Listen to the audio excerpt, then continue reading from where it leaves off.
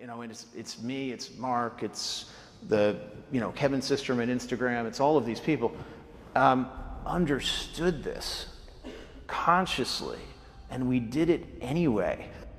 That culture is missing here. So part of what we're trying to do to achieve those goals is like take really big, audacious points of view on the world and then train ourselves to be patient. And it's really, really hard. The entire society is set up to not be patient anymore. Consumer internet businesses are about exploiting psychology. And that is one where you want to fail fast because people are unpredictable, and so we want to psychologically figure out how to manipulate you as fast as possible and then give you back that dopamine hit.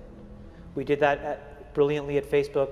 Instagram has done it, WhatsApp has done it, Snapchat has done it, Twitter has done it. So there are great examples. WeChat is doing it.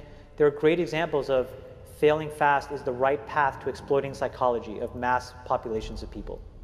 I feel tremendous guilt. I think we all knew in the back of our minds, even though we feigned this whole line of like there probably aren't any really bad unintended consequences. I think in the back, deep recesses of our minds, we kind of knew something bad could happen. But I think the way we defined it was not like this. Turn it off. That's what I would say. It's hard for young people now because they're hooked. They're addicted.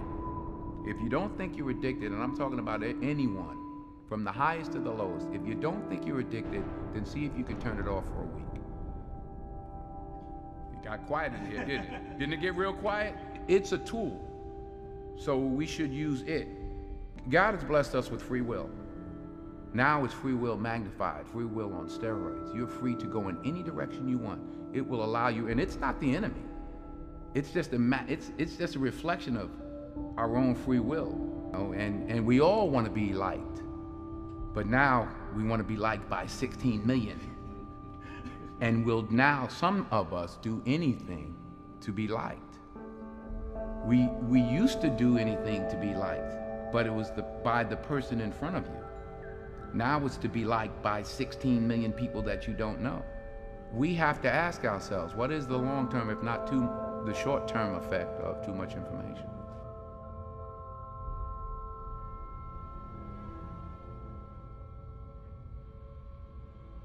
So the context was I was at Stanford and the dean asked me to speak to the MBA students. And in it, what I was talking about was, the question was, what do you think the long-term effects of social media in general are?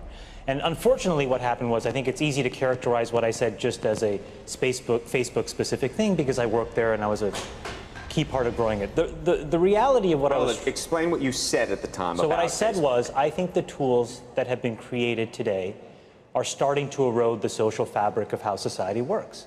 And what I meant by that is the following thing. Today we live in a world now where it is easy to confuse truth and popularity.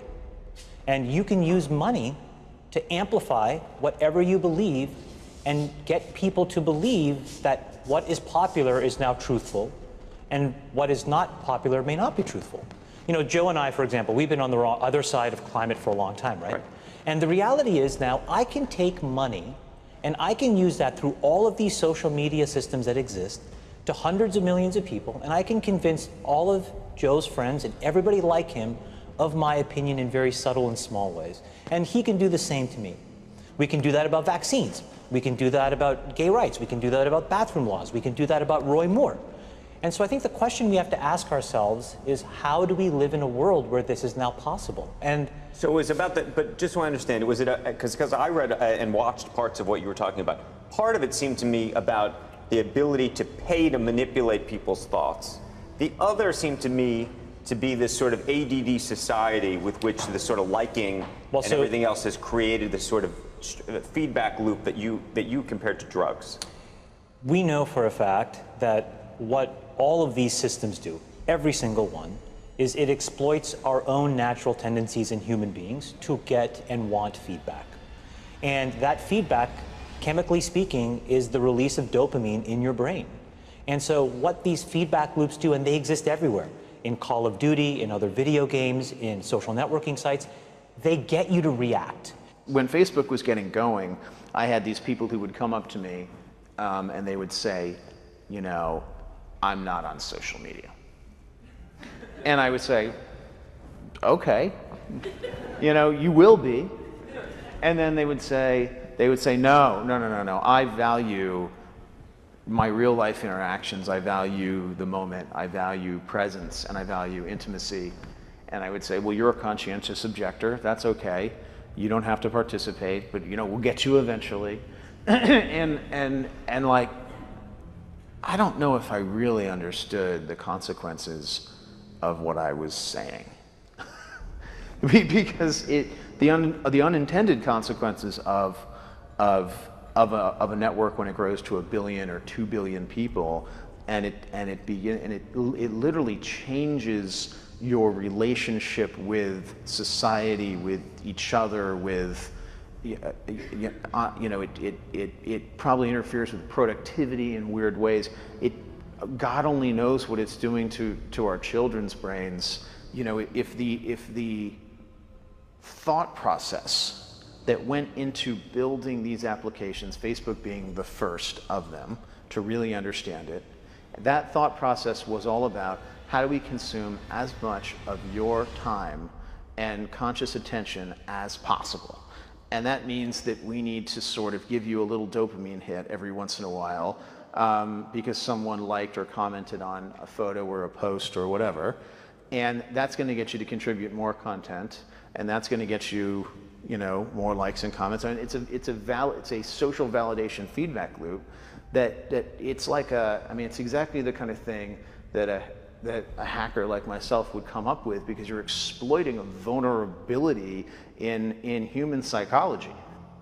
It literally is a point now where I think we have created tools that are ripping apart the social fabric of how society works. That is truly where we are. And I would encourage all of you, as the future leaders of the world, to really internalize how important this is. If you feed the beast, that beast will destroy you. If you push back on it, we have a chance to control it and rein it in. And it is a point in time where people need to hard break from some of these tools and the things that you rely on.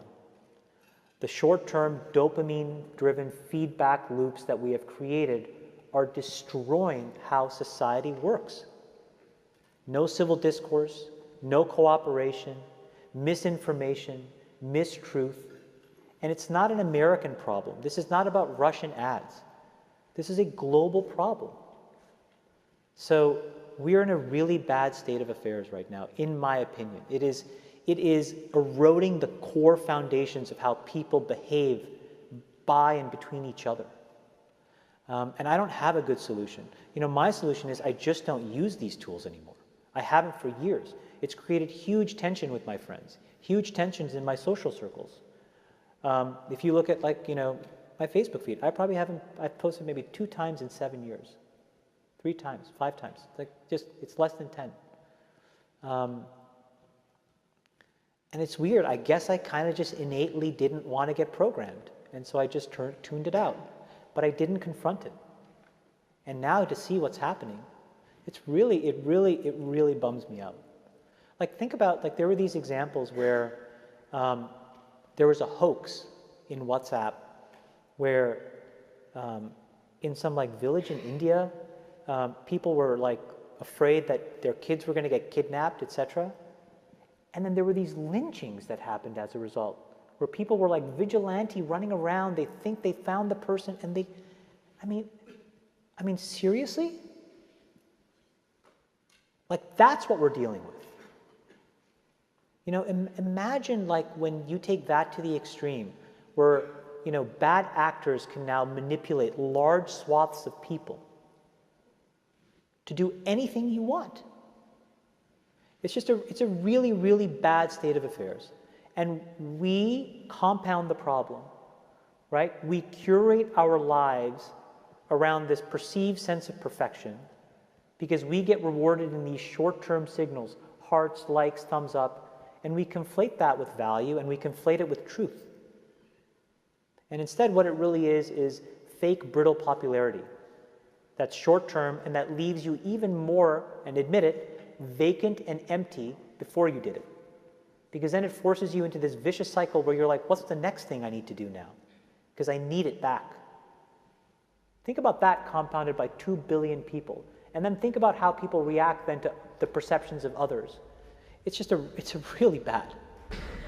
So you're training your brain here, whether you think it or not, whether you know it or not, whether you acknowledge it or not. Acknowledge that these things where you're spending hours a day are rewiring your psychology and physiology in a way that now you have to use to go and figure out how to be productive in the commercial world. So if you don't change this, you are going to get the same behaviors over here. Change this. There's a reason why Steve Jobs was like anti-social media. I am telling you I'm not on these fucking apps. I'm not him by any stretch of the imagination. But I am proactively trying to rewire my brain chemistry to not be short-term focused. I'm telling you they're linked. And I think that if you get too desensitized and you need it over and over and over again, then you become actually detached from the world in which you live. You become callous, you become crude. And you live in front of your screen. But Chamath, let me ask you this, because the thing that I've been so concerned about is Facebook just announcing that you're going to be having some app that you can use when you're 7 to 13. I mean, it's one thing for us to be doing this, but to be hooking your kids on something that you're describing as a dopamine fix at that age, that's crazy. So look, I think in the case of Facebook specifically, I think they have probably done more than any other company, quite honestly, to try to fix it because of all of the companies, and I've seen them all up close. They're the most, frankly, to be very blunt and honest, the best run and the most technically sophisticated. But they're also emailing me if I haven't logged onto Facebook for a while saying, hey, did you see the post from so-and-so? Did you see the post from so-and-so? Trying to lure you back in. And again, we can make those decisions as adults, but as children, that is a different... Well, I think the product, and I don't know it quite honestly in as much detail as I should, but I think the way that that product works, because of privacy laws in the United States, you actually have to get parental permission. The point, though, is, and what you're bringing up is, I think, is the most important thing. We all have never taken a step back and actually asked ourselves, how should we be interacting with these things now, 7 years into it? And what should we be expecting of the internet at large? Look, the reality may be the entire business model of the internet may be fundamentally somewhat broken, right? Because we allow ourselves to get interacted with in ways where we don't necessarily control the medium or the messenger. And we are not putting up any barriers to ever give yourself any downtime from that either. Exactly. And so it may mean that we all collectively need to figure out, not just individuals, but also the companies, also governments, quite honestly, how different business models need to exist so that we can actually divorce ourselves from how this stuff is working. What goes on? Tonight here, a warning about Facebook and what some believe it's doing to kids. The warning comes from two of the company's earliest executives. Carter Evans is following this. We kind of knew something bad could happen. Chamath Palihapitiya, a former Facebook executive once in charge of user growth, now says he has tremendous guilt about the social network he helped build. We have created tools that are ripping apart the social fabric of how society works. And it's influencing the next generation.